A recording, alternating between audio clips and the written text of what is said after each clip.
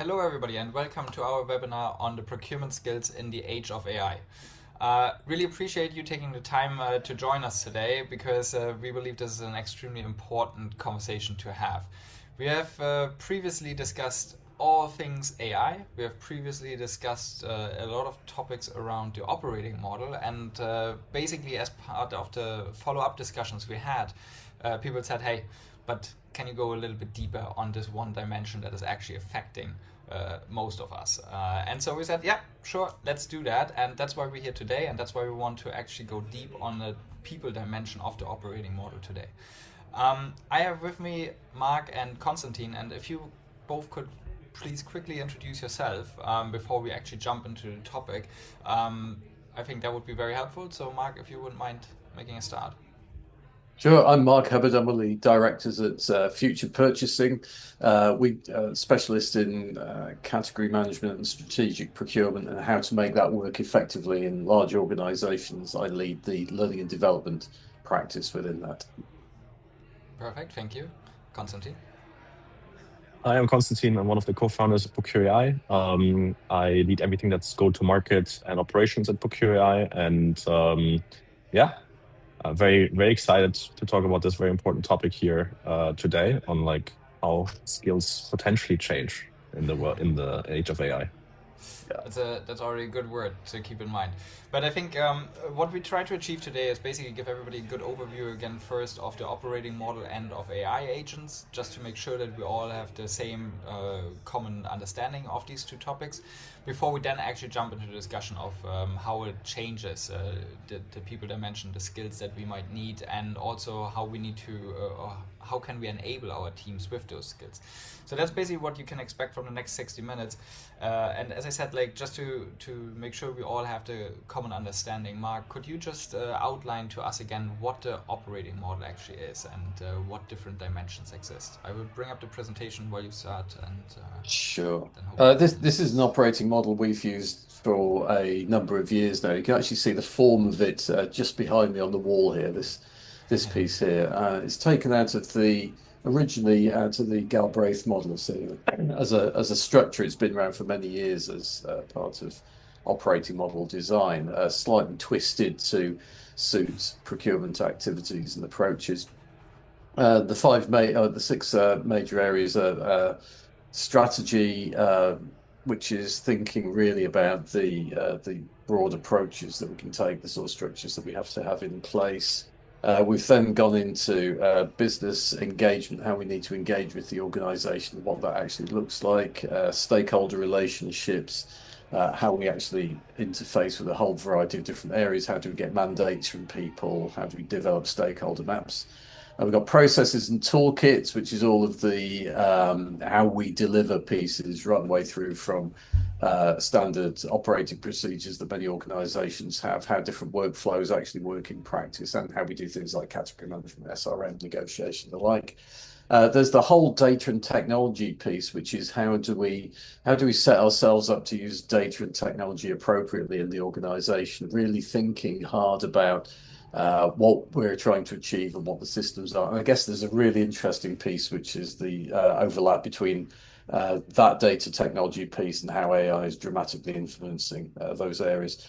Though we're getting into organization structure, what needs to be put in place, what does that look like, how is it designed and resourced, what does a suitable resource look like, and then the capability and mindset question, which is really thinking about the people and the skills and the culture that we have to have in place to develop successful procurement activity in the organization.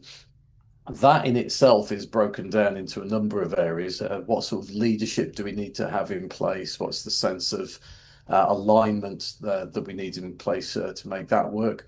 What sort of capabilities do we need to have, which includes things like the just understanding competency of frameworks, what needs to sit behind that, what levels do we need for particular jobs, those sorts of things. The mindset, which is more and more critical, I think, in a lot of organizations. We're really talking about what is the culture in the business that is driving urgency and passion within the delivery of procurement activities? Where's the ambition? That's the question we ask ourselves on a regular basis. Where's the ambition? That's the big one, yeah. And then learning, what do we need to learn? What are the learning pathways? What sort of approaches to learning can we use, given that most of it is, we can do training, but how do you embed that through coaching and on-the-job activities?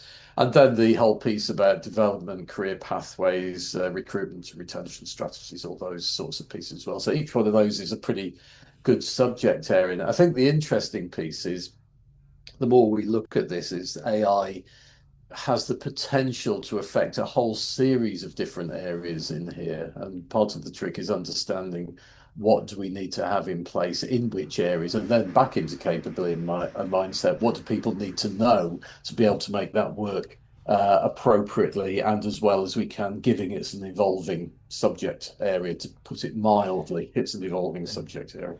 And that's exactly why we did this work on the Ai-native operating model, right? And we've written a white paper. We have done this previous webinar. So if you're interested in the broader topic, please have a look at any of our websites because you will definitely find the white paper there. But there's also a full series that goes into depth on each of these dimensions of the operating model and explains what they are, how they work, what they should do on the Future Purchasing website. So therefore, I think there's lots of content already explaining that. And today we really want to talk about the org structure and then the capability mindset part of it. Because with Procure AI, we often do these webinars where we talk about data, tools, and tech, and how all of that works together in the world of AI. Today, we really want to now go deeper into skills. But in order to do that, Konstantin, can you give us a quick overview of AI agents in procurement? I know I ask you that in every webinar, and you must be tired almost of it. But I think it's very important for everybody to get the concept of what an agent is and how that works, because a lot of people keep saying like, oh yeah, now there will be agents on an org chart. And I'm like, yeah, right, maybe not. But like they don't really understand. Okay, what is an agent? How do I think about it? So can you just tell us a little bit about it? Now let's put on my recording now. I'm joking. It's my favorite. It's my favorite topic, right? So I'm happy to repeat that every single time. And I agree, it's very important that we talk about the same thing, because as the hype around AI is obviously growing, there's more and more essentially diversion also coming up in what the understanding of agents are. But I think the simplest way to think about it essentially is, if you think about, I think we all know chatbots. So basically, I think what I usually like as a description is like, okay, a chatbot talks, an agent does, right? So if I ask a friend for a restaurant recommendation, that's a chatbot. If I hand my friend my phone and I say, book me a table for Friday night, and they check options and look for availability, that make the reservation and confirm it's done, that's an agent. And under the hood, essentially, an agent runs in a loop almost, right? And it looks at the goal that you give it. It picks a tool, for example, it searches, it accesses an API, it emails, and it starts using it and checks what's happening, what's going on, if that has been successful, and then it decides on the next step. And that's basically keep running in this loop until the job is getting done. And I think three things that make an agent rather than a chatbot is like, it has the tools, it has the autonomy to decide which tool and when it should use these tools, and it works towards a goal that we have given it. Sometimes it takes multiple steps, sometimes it might be also a single step. And I think now when you put that on procurement, so how does it look like in procurement? Essentially is like where you also this overview that we created, Procure AI, comes in place. Essentially there you can see all of our agents across the different procurement processes. And you can see that essentially they span across the entire value chain, right? From plan to strategy, to source to contract, purchase to pay. And I think what's very important here that each green box that you see here is a discrete agent with a narrow, well-defined job, and that's deliberate, right? Because not all agents behave the same way. You see that at the bottom of the slide here, you basically can see that there's autonomous agents. They operate completely independently within boundaries that we set as a human, as a procurement professional, and they're basically because they can even interact with external parties. So it's very important that they have set boundaries. collaborative agents, for example, their goal is to augment us professionals, right? So retrieving and organizing data to sharpen decisions. Then you have ambient agents that kind of work more quietly in the background, and then they basically proactively look at the context, at the data, making sure that if there's an anomaly to detect that, etc. So to be honest, when we talk about agents in procurement, I think the right question isn't should we use agents? It's more the question of like which behavior fits which type of agent. So and usually what we tend to say is that, okay, if you have high volume rule-based work, that's where you can use autonomous agents, for example, quite well. If it's more based on judgment calls, that's where essentially you need collaborative agents that basically that keep the human in the loop. So long story short, there is a trade-off to be done, right? And I think that trade-off will still develop over the next few years.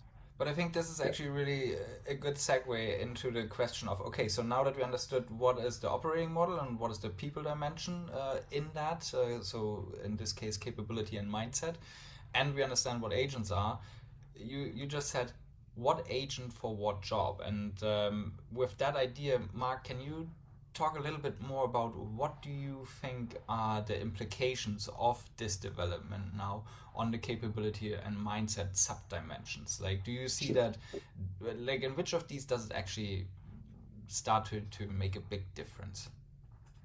So the interesting bit here really is that there's a series of different role changes that I think we're seeing within this. The ideal, and we've seen this in the implementation of some systems, the expressed ideal by a number of fairly senior purchasing people is that there's a black box into which data is poured, and the purchaser extracts from that an automatic outcome which makes their life easier.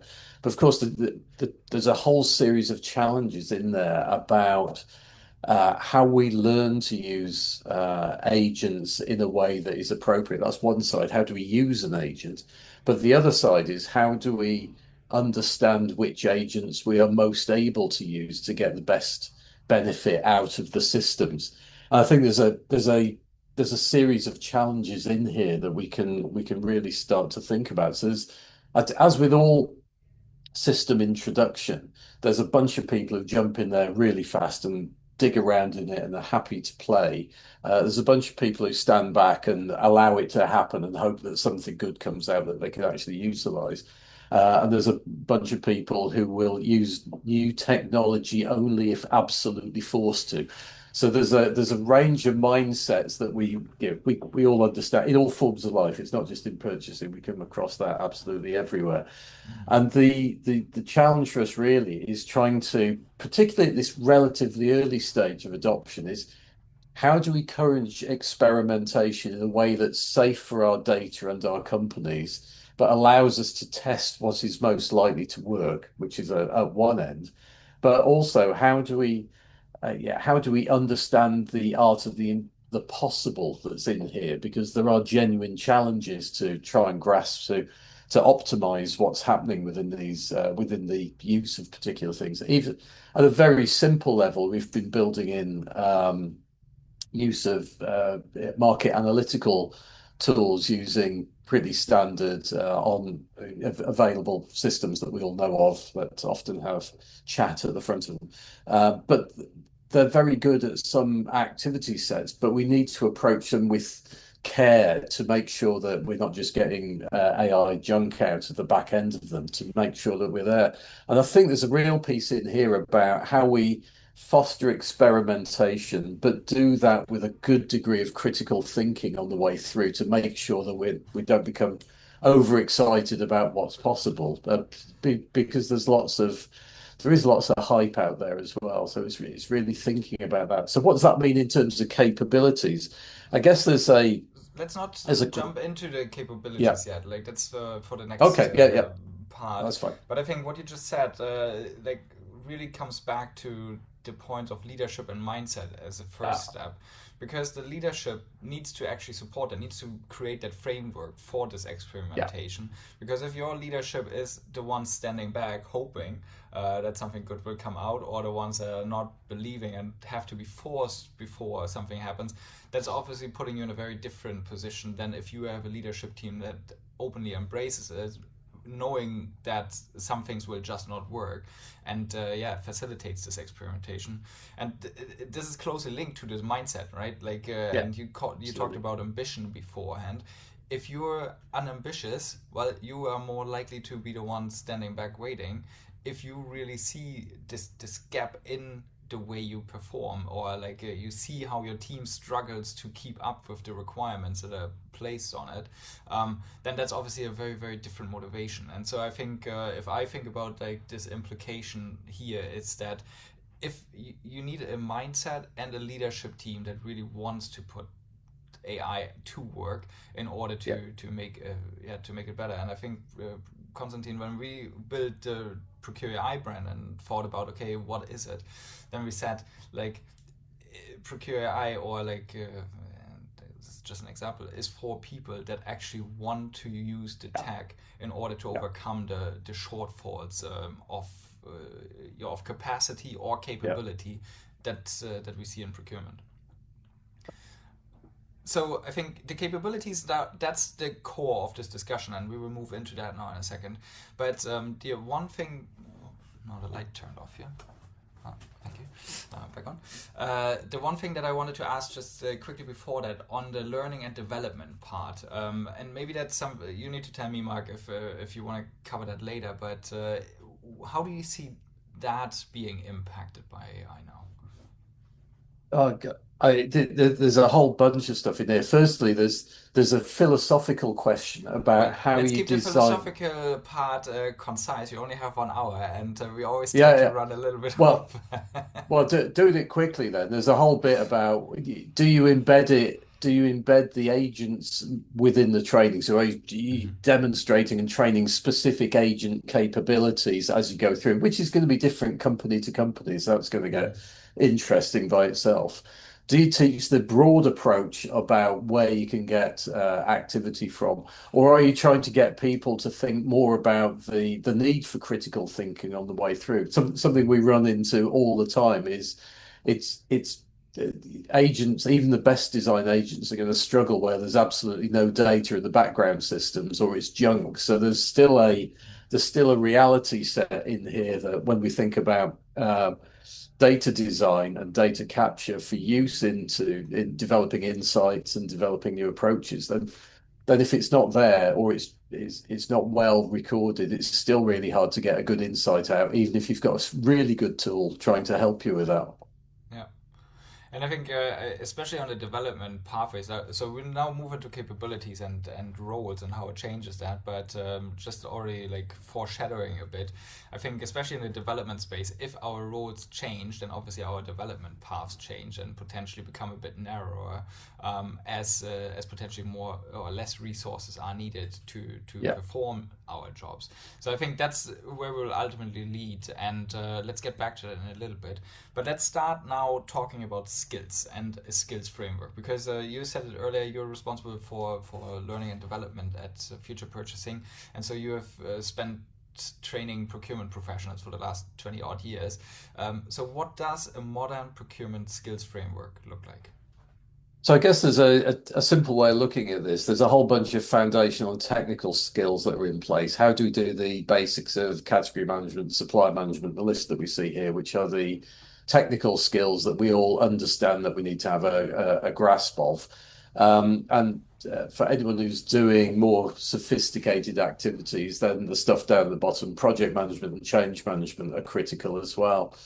Within all of that, and for years we've tried to embed soft skills, stakeholder engagement, comms, critical thinking, active listening, storytelling into the foundational skills.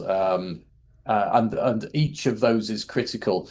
Indeed, you can reasonably say that you have limited success, even if you're brilliant at the foundational skills, if you're not good at the soft skills, because what procurement's about is often changing people's minds about what they want to do.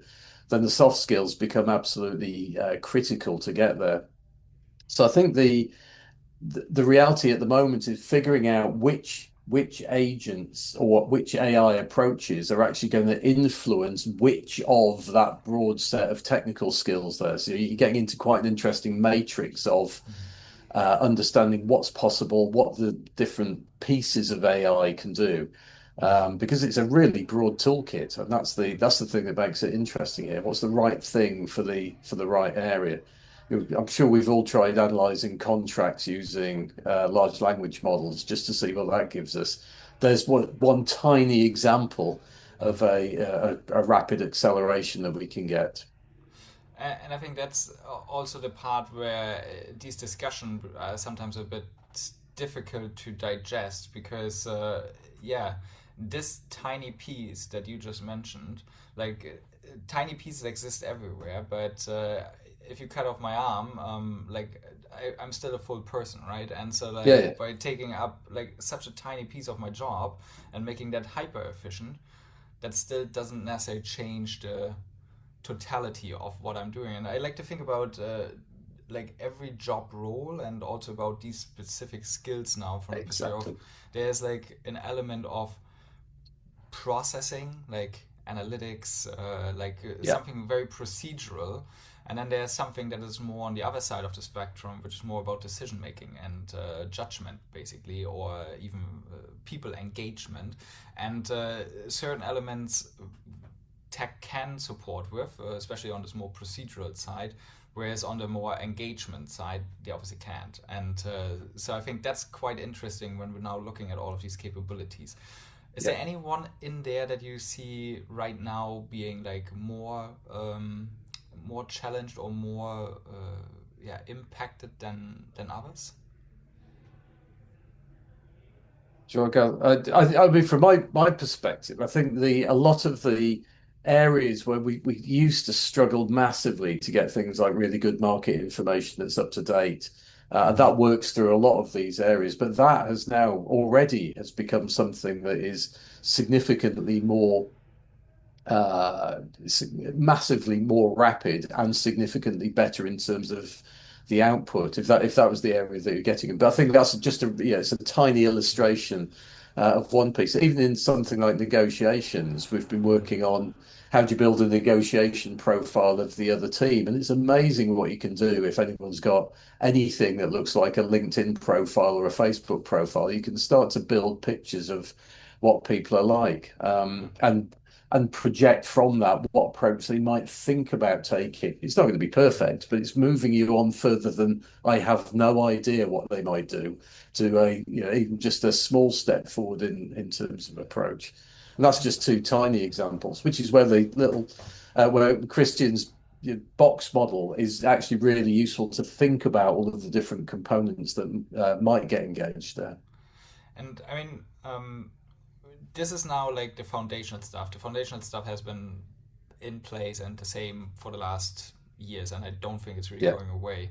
no, The soft skill stuff, like we have done a webinar on that last yeah, year as well, just where it already became apparent that that is becoming much more of a differentiator in terms of the skill set that somebody needs to bring, because again, that's more towards going towards what I mentioned in terms of the judgment and people engagement element, and that's why that's really becoming a true differentiator, whereas the others stay important. But Konstantin, why is it that like you think a lot about AI and you experience yourself a lot with it? Why is it so important that people still have these foundational or technical skills when they engage with the agents and again any of these agents now really? Uh, So I think the most important piece here is that you still like, even though the roles, while these roles of the next few years will change, and also the skills as we were just talking about it also will keep developing, because for new roles we need new skills, etc. Essentially, um, your role is not becoming a role that is not procurement relevant anymore. So it's not like you are now taking care of HR or sales or something like this. You're still staying within the scope of procurement. So, and let's just say, like, what if I take an example? Let's say there's a new role coming up. It's not going to be tomorrow. Maybe it's in a few years' time. That is about there's someone who is orchestrating these agents, who is looking at maybe the exception handlings of these agents, right?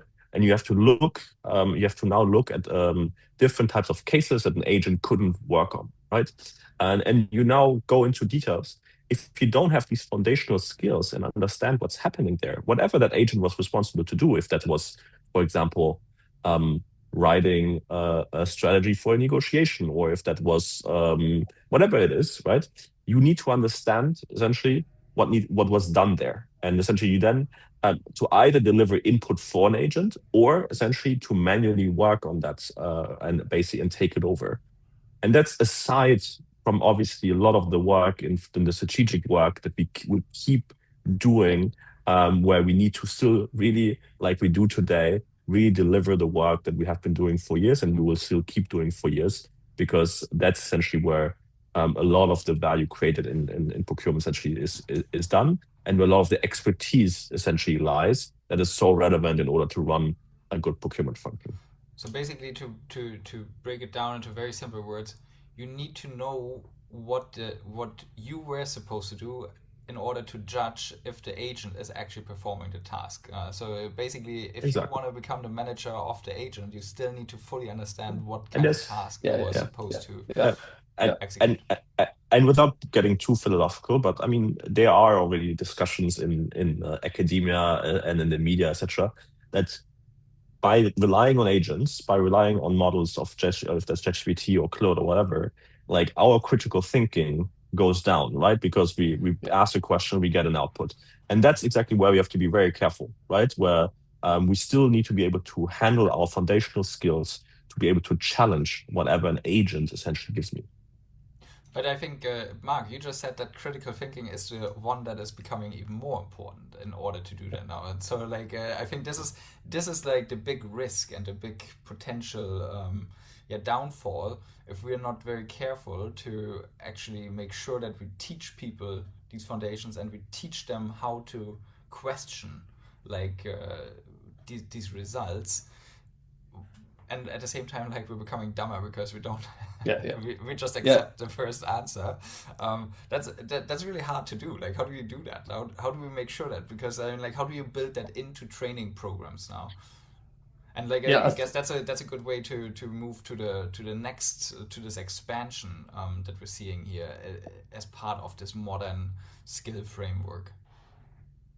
Well, I mean, just as a reflection on this, I think this is a challenge that we've seen at every stage of technology adoption for many years. There's always a piece where it appears that the automation or the increased capability that's developed by a new piece of technology is going to destroy our minds, but here we are still able to think. So I'm a little more optimistic than that. It's just trying to think about.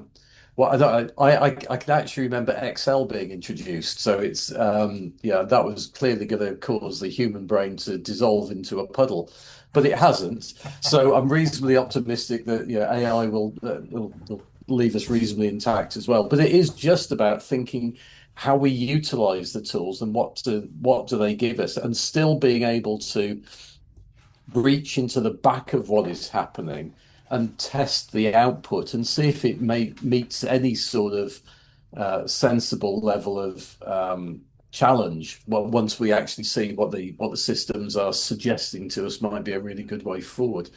And I think that for me is the major piece in here, is understanding the limitations, understanding the risks that there are of using particular tools, and knowing the checks and balances that we need to have in place. And it's no different with agents than it is with doing checksums in spreadsheets. It's the same basic approach. It's just trying to understand it in a way that makes sense to us. But I guess this, nevertheless, in order to achieve that, like, that's where this third column now is really coming in to create this literacy, so that we really understand what are those capabilities. And Konstantin, you pointed out like what an agent is, and I mean, like, this is part of becoming more literate, understanding Yeah. what these kind of tools are capable of, how to apply them, how they work underneath.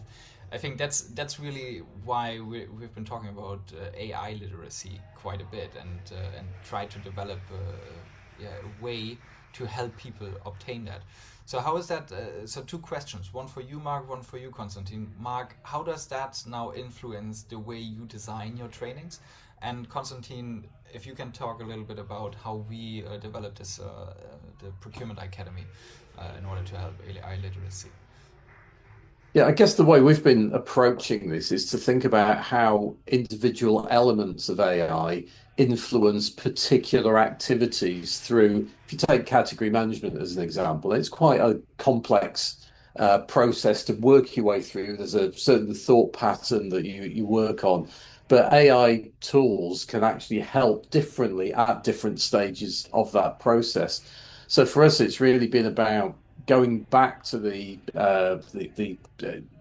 conceptual piece of category management and look at it and say, how do you use AI to get to a really good understanding of spend and pull out the implications of that? How do you get to which is a major failing for many organizations, is actually still, after all these years of buying ERP systems, it's still a problem to get hold of good information out of those. So how do you do that? How do you get better market knowledge? How do you build a series of value lever challenges on the way through using AI to suggest what we might be able to do out of a series of inputs? And it's really trying. I think it actually works better at that level, because if you try and do it at a high level, you don't really get anywhere, because we need the specificity of what to do at a particular moment. Which tool should I be using? How can I use it? What does it tell me? What do I need to watch out for? So it's really building those sorts of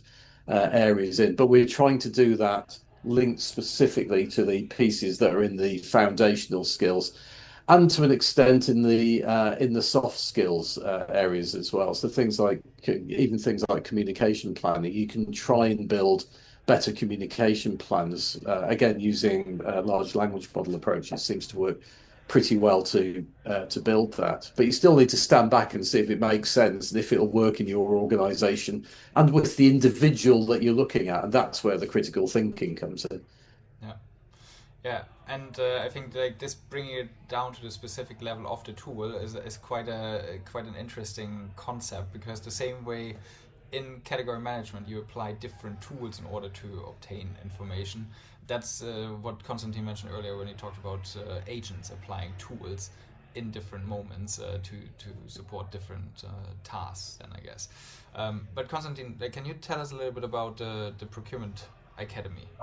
I will, but stay on the slides for 1 second. Go one back. I just want to add something. What I find very interesting, essentially, not only as of the preparation for this webinar, but essentially throughout the last few months.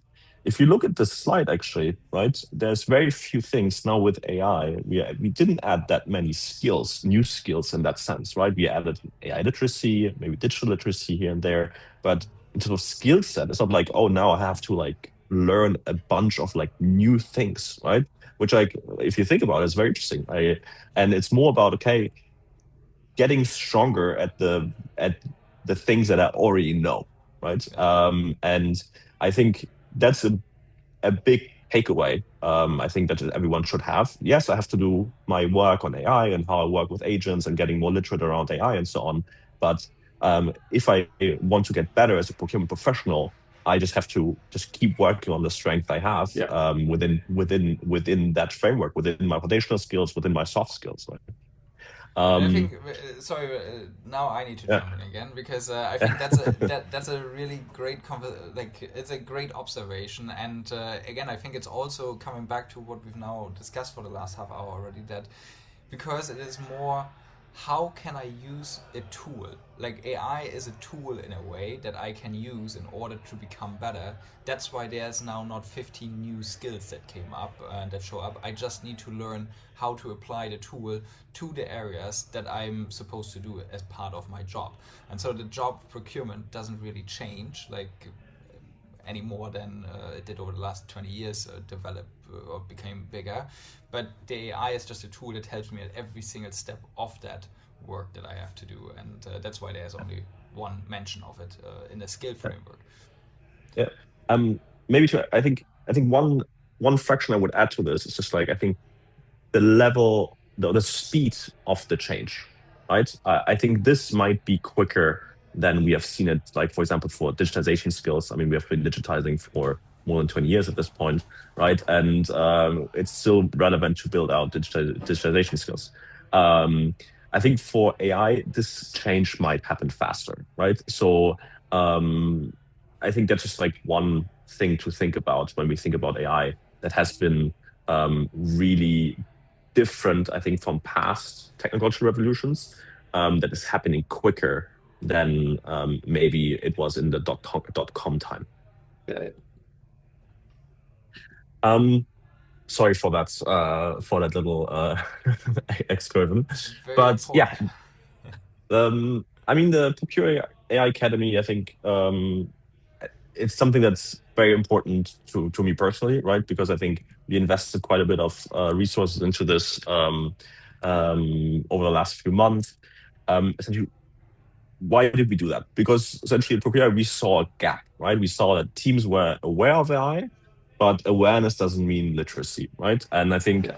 being AI literate means that you understand how these agents, these model actually work. It means that you understand what data do they actually need in order to be useful. What are the risks that you are exposed to when you work with these type of tools? So you don't accept essentially those outputs blindly, as we talked about how critical thinking becomes an extremely important skill. So that it's so important that you can challenge them, that you can spot these issues, and essentially really are aware of your interaction with AI. The same way as it took us quite a bit of time to understand how do I interact with the internet, or how do I interact with social media. With AI, it's the same. Or my phone, exactly. It's kind of the same way. Like, what is it good for? Where I have to be critical? What can I not use it for? And so on.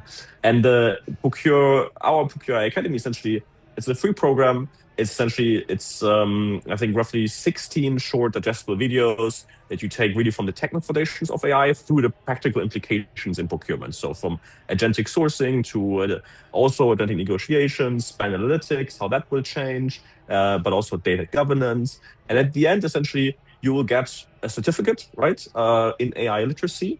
And I think you should print it out, put it on your wall. But I think it's much more important that you actually you take it for yourself, as we talked about it. Like, it's that new skill set that you need to add essentially to your resume in that sense. And yeah, and it's free. I'm already really encouraging everyone I meet in the procurement ecosystem to just distribute it, like send it to your colleagues, etc. It comes at no expense. I think it's extremely important topic for everyone in the ecosystem of procurement to have a look at this, to just get more educated on this. I see that more and more people are engaging with this. It has been a huge success, to be honest, right? So we had like thousands of people essentially running through this academy already. So I think 1, if you haven't tried it, not thousand, 1,000. if you haven't tried it, if you haven't tried it, try it, because it's really worth it, and it's really a great way to explore AI within procurement. And I think like what's really cool about it is that, you know, like when you see individuals, that's great, obviously, but when you then start to see entire teams. So I mean, like there's a big four consultancy where there were like 30 people just from them, and we're like, okay, they probably have their own training, but they came to us to do this academy. And there's like a couple of companies, like really large companies, that all of a sudden you see somebody does it, and all of a sudden over the next 2 weeks you see people sign up, register for it, because they just forward it and they say like, hey, here, this is something we do. And just on Monday I had actually a call with somebody who said like, we want to do this like properly and like bring our entire team into it. And so I think it's really something that people recognize as being important, and it doesn't take more than 2 hours. Like that's the cool part. It really is not something where like, oh, now I need to invest days and months. Like to get the basic concepts, to really get started on that journey, 2 hours is all that it really takes. And obviously, it doesn't stop there, right? I mean, we're working on a second version of a 2.0 on this. But essentially, it's such a great way to take the first few steps, right? And from there, the doors are open. I think then you can also go much more into self-education in that area and so on and so forth. So it's a great entryway of how to deal with AI in procurement and what are like really the some of the foundational AI skills in procurement, essentially. And again, I think, Mark, we have talked about your training prospectus of like the trainings you offer, and I noticed that there throughout there's also now like really more like on these capability levels, like as category management, supplier management, negotiation.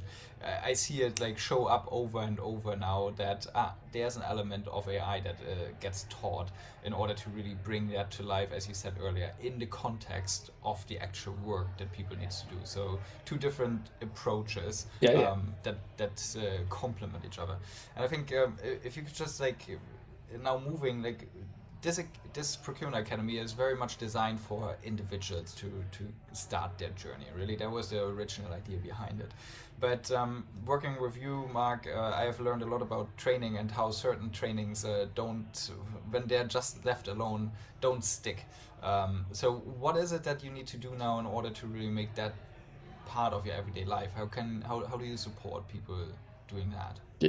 Yeah, I think that this is a big part of the mythology of training, is that something dramatic happens at the end, and often the reality is how do we transfer the learning into the workplace to allow people to try and experiment with ideas and make sure that they've got the right systems and approaches available to them, and that's part of the overall change management of the broader AI adoption, is trying to make sure if someone learns a particular approach, that there's actually a background system that's in place and able to be used within the organization that can be then tried, so people are actually getting to grips with what it means in the real world, rather than just a theoretical thing in a training piece.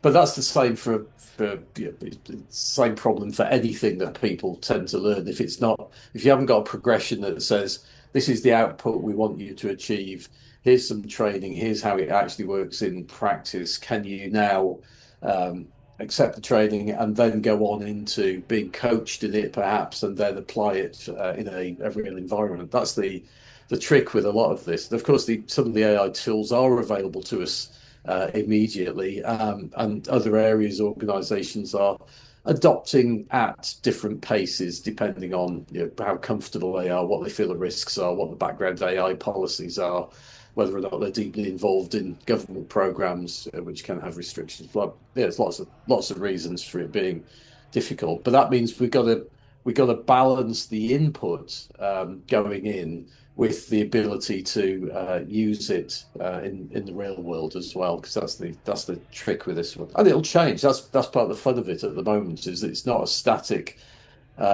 situation even slightly. And what is brand new and leading edge today will be, as Konstantin was saying earlier, will be completely outdated, not necessarily tomorrow, but certainly by next week. Yeah. And I think like one of the things that I always come back to when it comes to now this, for example, this academy as well, is like there's something that I can learn, and that's great. Like that can make me better. It helps me take a step forward. Yeah. The one thing with a lot of AI tools, and that gets sometimes lost in this discussion, is that my personal productivity gain is not necessarily correlated to the team efficiency gain. So just because I can do certain things faster, like we had a small example with the contract review part earlier, like that's just, I do that once every other day, and so therefore like making that super fast still doesn't change anything about my role. That's true when it comes to a lot of these tools. Like if you learn about this today, but you don't have the tools available because your organization hasn't provided you with them, well, you will obviously not achieve the same impact, right? You're getting better, but your organization, your team as a whole doesn't yet make any big steps forward. there's an interesting bit here is that some of the tools do only provide incremental improvement, but some of them provide breakthrough improvement, and that's the interesting bit is understanding which are doing which. When I mentioned market analysis earlier, the change in the speed of getting to a good enough piece of market understanding is breakthrough. It's dramatically different. So the question there is, in that 3 weeks of your life you've just got back, what are you going to do with that? Yeah, Take it vacation. might be that. Yeah, you take a vacation. Yeah, I wish. But there's that reality set that says, okay, so what am I able to focus on more efficiently that I couldn't spend time on before because I'll spend my time trying to find out this piece, which is now really fast. But Uh, other things are really really small incremental improvements.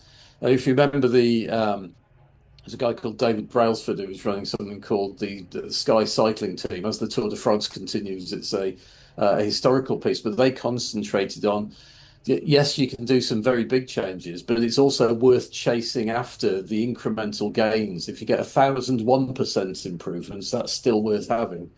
uh, You don't uh, always break your back looking for the 1,000% improvement. and, and I'm fully with you, like that. It's totally worth getting them. But one of the analysis, and so 2 points. The first one, again, I mentioned at the beginning, we wrote this in-depth white paper on the topic where we really try to think through Yeah, every single step. And one table that you will find in that is the one that is actually talking about what is the impact on the procurement role distribution, basically, because again, like there's certain elements that are more procedural and so therefore more likely to be automatable, whereas there's others that are more judgment, and you can always decide, well, do I want to have that freed up capacity, do I want to spend it on reducing resources, or do I want to use it on expanding the coverage of yeah, people, right? So like basically instead of you having one category that you look after, tomorrow you might have three, because like those incremental gains helped you to expand your time to manage three all of a sudden, right?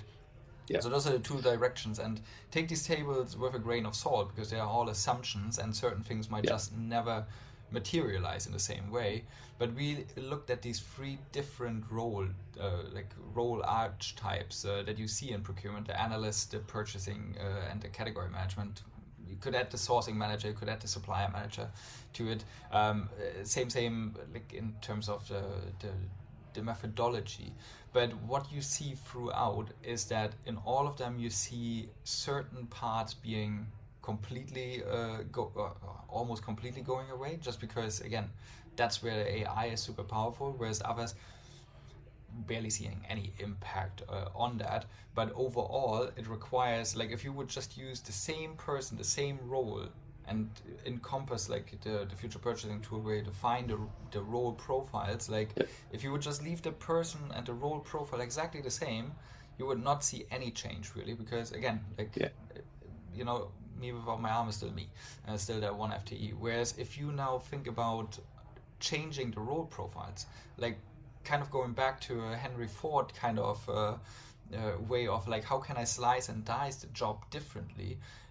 That's where you all of a sudden start to unlock some of these efficiencies and actually bring them to life. And I think that's really the part that is this in this AI native operating model work we did, yeah, and that is most fundamental. That if you leave everything the same and you just buy a tool, you will not see the results. And that's exactly what we've seen for the last 15 years. If you just bought the tool and then we're surprised 3 years later that the results weren't actually there, well, this will happen yeah. again if you don't actually change the way you work and change the way you slice and dice your Yeah. organization.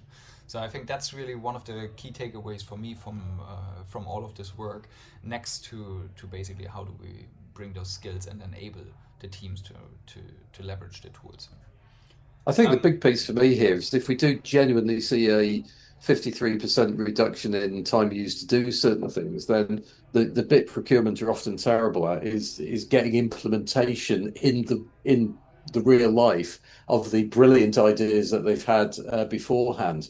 So if all we do is do exactly the same number of categories, but actually implement them a lot better, that'll probably be a massive benefit anyway. Just if that was all we did. yeah,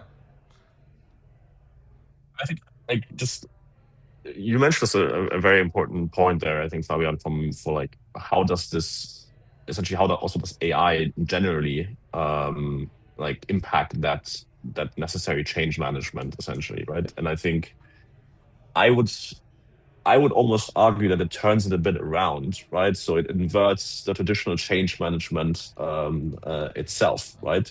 Um, and I think for 20 plus years, like we tried to fit people into systems, and you bought your ERP or your e-procurement suite, and essentially change management meant months of training these people to navigate screens and workflows, essentially that the system dedicated, like basically dictated in a way, and they had to follow it and had to like know which button to click. And I think AI flips that, right? Because an agent now essentially meets people where they're already working, right? You talk to them in plain language, they adapt to your way of working, that you might interact with them over email, via chat. So the classic adoption barrier, essentially, which was, I don't know how to use this tool, is shrinking very, very quickly.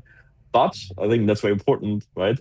That doesn't make change management easier necessarily. Essentially, it changes just like clearly what change management is a little bit, right? The challenge is no longer teaching clicks. It's much more around like building the trust and the judgment. So that's why we come back to this AI literacy and back to the critical thinking, right? You have to have that. That's really the change management at the end of the day, right? When should I rely on the output of AI? When should I challenge it? What happens to my role itself? These like also these fears that are coming up in that change management, we have to address them. We have to have answers for them in order to basically take everyone along on this journey, right?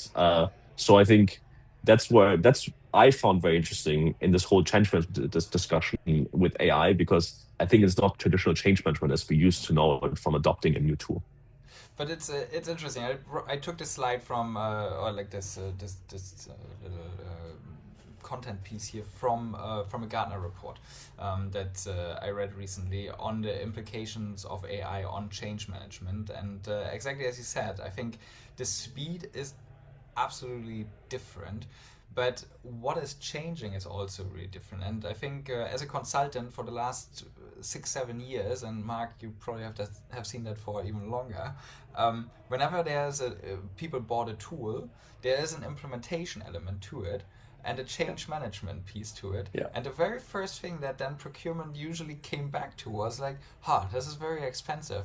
Can we take out some of the change management? Like it's literally the one thing where when it came to enablement was always thought about exactly the opposite of what we discussed today. Like it was thought about, how do I navigate the tool? How do I click around in it in order to feel comfortable? And I've designed, I'm guilty of some of that myself, that because I was asked to do it that way, that it's just about enabling people to navigate a tool without actually focusing on this foundational content, on enabling them in like, what are you even doing here? Why are you doing it? And how does the tool now fit into the why, basically? And I think with AI now, as you said, intake management is a chat interface where you're like, well, I mean, like, what do you want to teach somebody, like, in a tool? You know, like, click in, type something, like, at the most basic form. Like, that is, like, the tool enablement.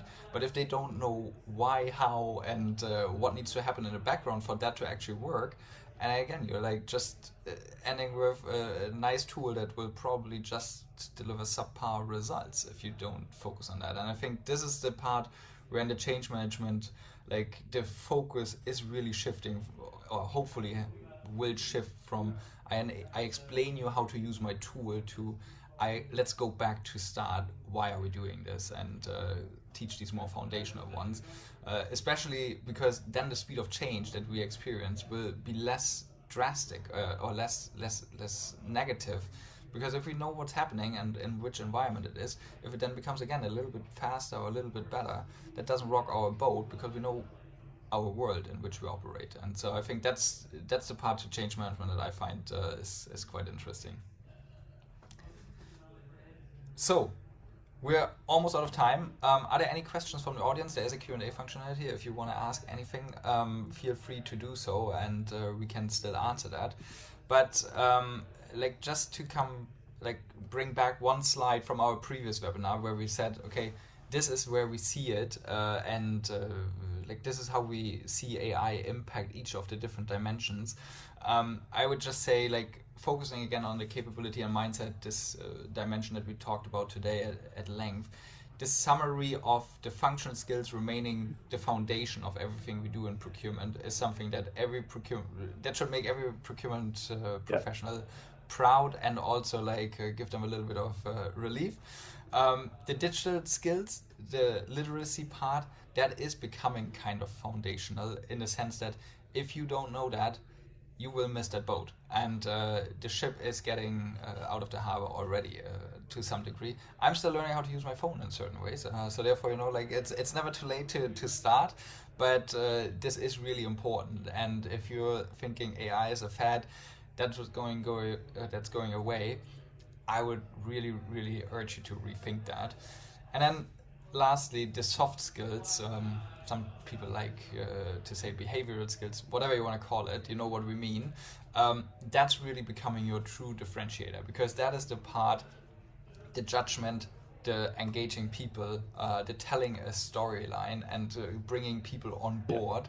That is the part that will be really the key element that you will be measured on going forward, instead of like, do you know the process of how to do a supplier segmentation or an ABC analysis? Like that's table stakes. You need to know that, but how you bring that to life, how you enable that in your organization, that's the part that people will basically try to evaluate on when you look for the next job or make that career progression.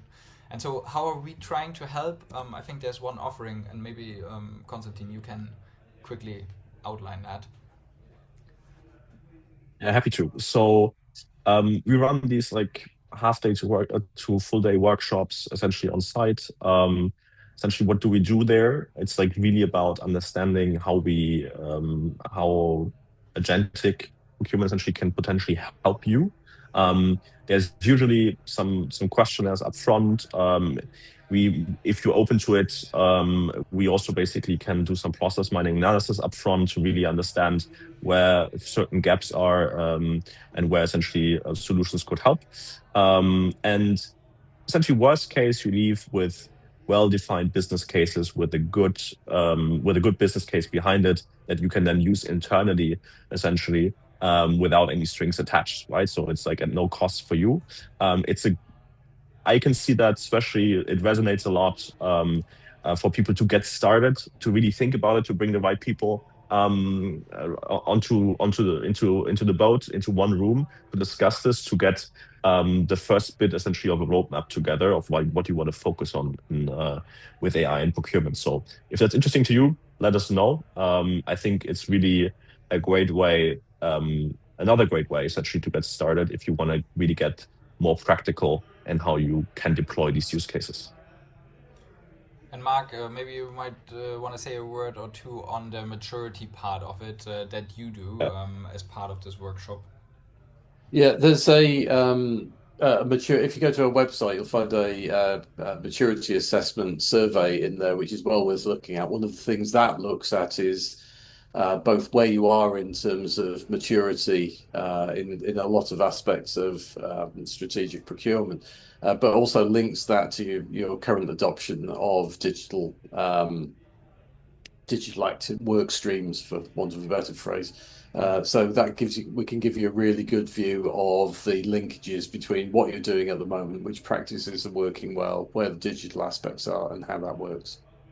And there was a question from Biren regarding like the impact on different tasks if we've done any analysis. Yes, that's exactly what this white paper is about, where you can see in more detail which parts we believe are more impact than others. We have some more materials besides that, so if that's an area of interest, please feel free to reach out to me directly, and I'm happy to discuss that. But just to summarize it again, I would say that if you